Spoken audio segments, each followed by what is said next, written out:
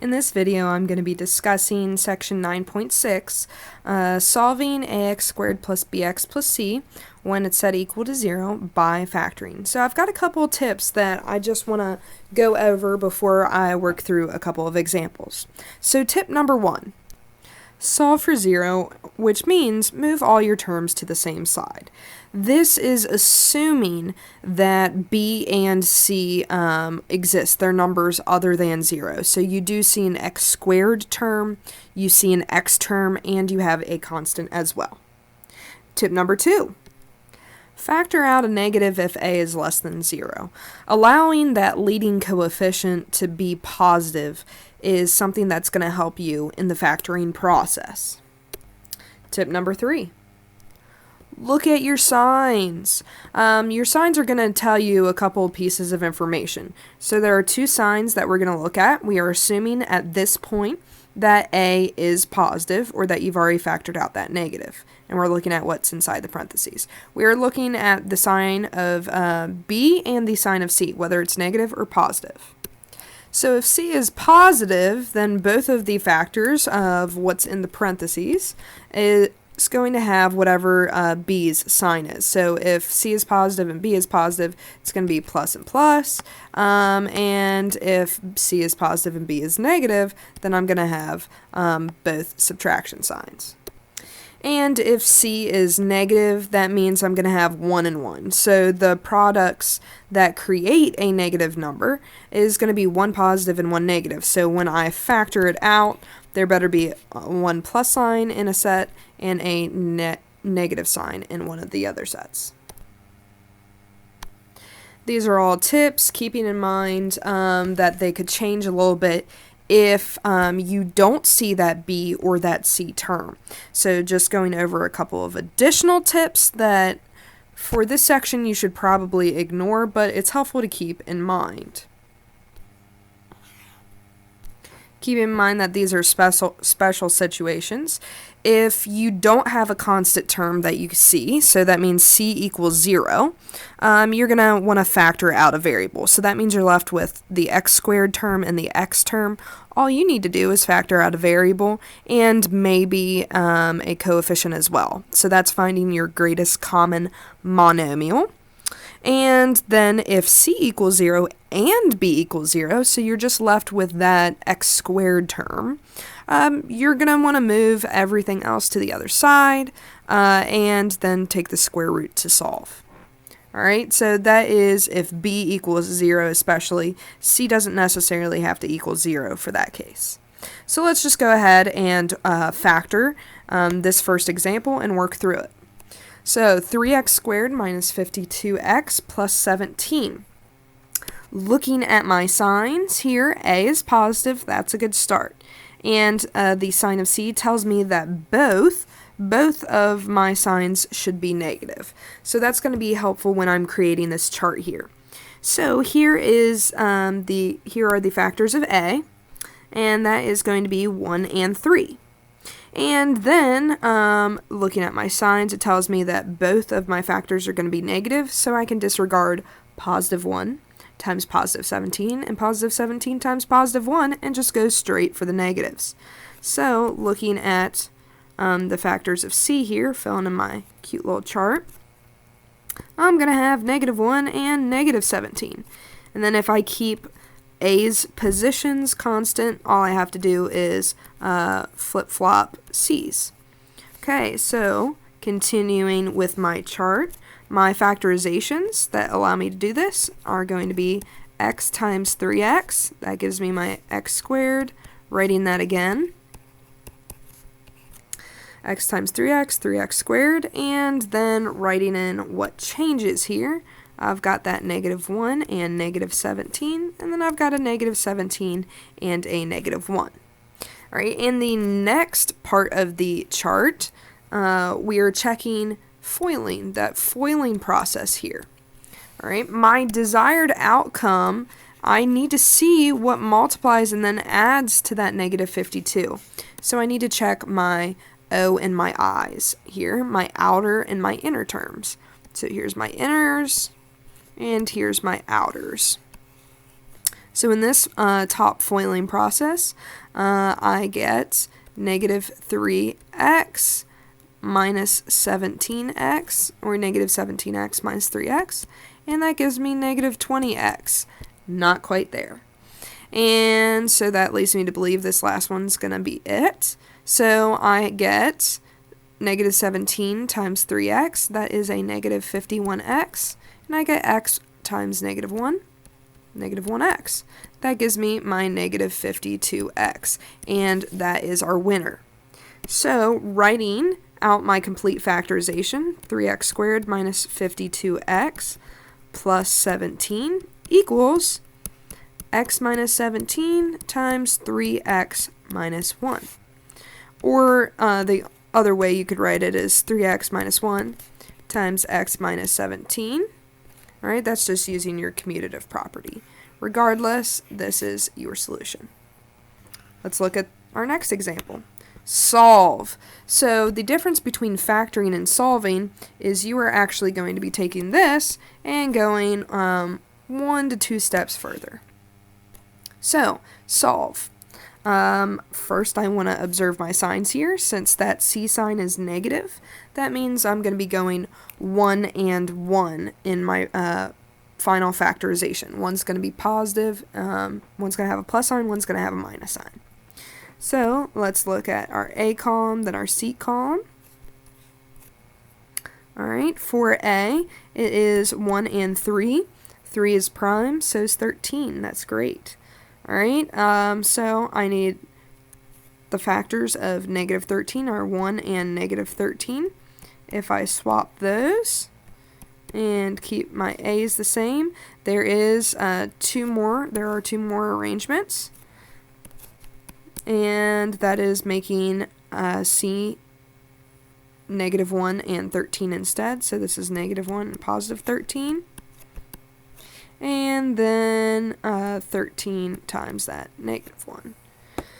Okay, so those are 4 different combinations, and now writing those out. And I'm trying to do it in an efficient manner here. Setting all of these parentheses up at the same time. And so I'm always going to have x times 3x to give me that 3x squared.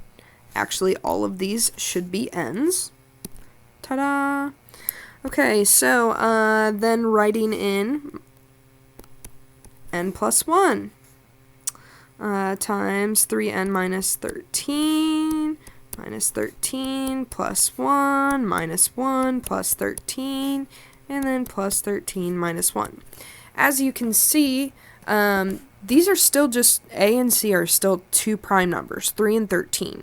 It hasn't really gotten too entirely complicated yet I still have a decent amount of work to be showing, and that can be frustrating, and I totally get that. Alright, so just keep that in mind. We want to think smarter, not harder. So I want to go ahead and just look at some of these easy products. How am I possibly going to get a positive 38? Alright, so I've got a 1 and a 3 and a 1 and a 13. I know that 3 times 13 is going to give me that 39. So I want to go ahead and rule out, in order to multiply those, checking the outer and the inner terms in the foiling process, I need the 13 and the 3n to be in opposite sets of parentheses here. So I'm going to go ahead and rule out the lines that have that 3n and the negative 13 in the same set. And those would be these 2 options. So then, double checking here, this is going, multiplying those 2, it's going to give me a negative 39. Alright, so that's close, but it's negative. So then that leaves me to believe, if I double check our last option here, I should get exactly what I want. So that n times negative 1 gives me that negative n, and then I get 3n times 13, which is plus 39n, and that is 38n. And that's exactly what we want for our b term. So, writing it out, I get 3 or 3n squared plus 38n minus 13 equals n plus 13 times 3n minus 1. Now, there's one word I still need to look at. That is solve. So I factored it, so I need to keep going.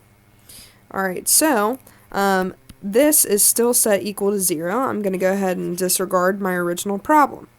Using the zero product property, that means either n plus 13 is equal to 0 or 3n minus 1 equals 0. Solving each of these independently, I get n equals negative 13. Or I have to add 1, and I get 3n equals 1, divide by 3, and n equals 1/3. Alright, so my final answer is n equals negative 13 or 1/3. Alright, and that's how you solve it. So let's look at one more example. And we're trying to keep on tacking on these processes of the little bit of thinking is going to save us a lot of bit of work. So, looking back at my steps and my tips here all the way at the beginning, there's probably an additional tip that I could put on there, is factor out a greatest common monomial. Alright, that could be a single number here. It could be a variable as well. So factor out what you can. Obviously, you want a to be positive, so let's start there. So my first step in this particular example, let's get everything on one side. So I'm going to go ahead and subtract 66 from both sides and get negative 2x squared plus 28x minus 66 equals 0. And then, not only do I want to factor out a negative here to make a positive, but I recognize that, well, that's 2, 28, 66. I can factor out a negative 2. If I can make these numbers, these coefficients, lower, I want to. It's going to make the factoring process easier. So, dividing each of these terms by a negative 2, when I factor it out, I get x squared minus 14x plus 33 equals 0. Alright, so now I'm going to go ahead and use what's inside the parentheses here to factor. Alright, I'm going to kind of ignore that negative 2 that is out in front for the time being. So this problem is different than most of them in our section because after I factor out that negative 2, a is 1, which allows this factoring process to be a little bit simpler. Alright, so there's only one way to factor x squared, and that is as x and x. So all I need to look at is the factors of 33. So observing our signs here, that tells me both of my signs need to be negative. So this is going to be x minus and x minus. So I only need to look at the negative factors of 33. Well, there's negative 1 times negative 33. And then there's negative 3 and negative 11. Alright, so which of these two add to a negative 14? And that would be that negative 3 and negative 11. So x minus 3 times x minus 11. Alright, do not forget your negative 2 out here in front, and it's still equal to 0. Just a couple more steps to go. So, we have officially factored it. Now we need to use our zero product property. X minus 3 equals 0, so x has to equal 3. Or, x minus 11 equals 0, which means x equals 11. So, my final answer here is x equals 3 and or x equals 11. I just put a comma in between them. Alright, if you guys have any questions moving forward in this section, always feel free to reach out over email and ask.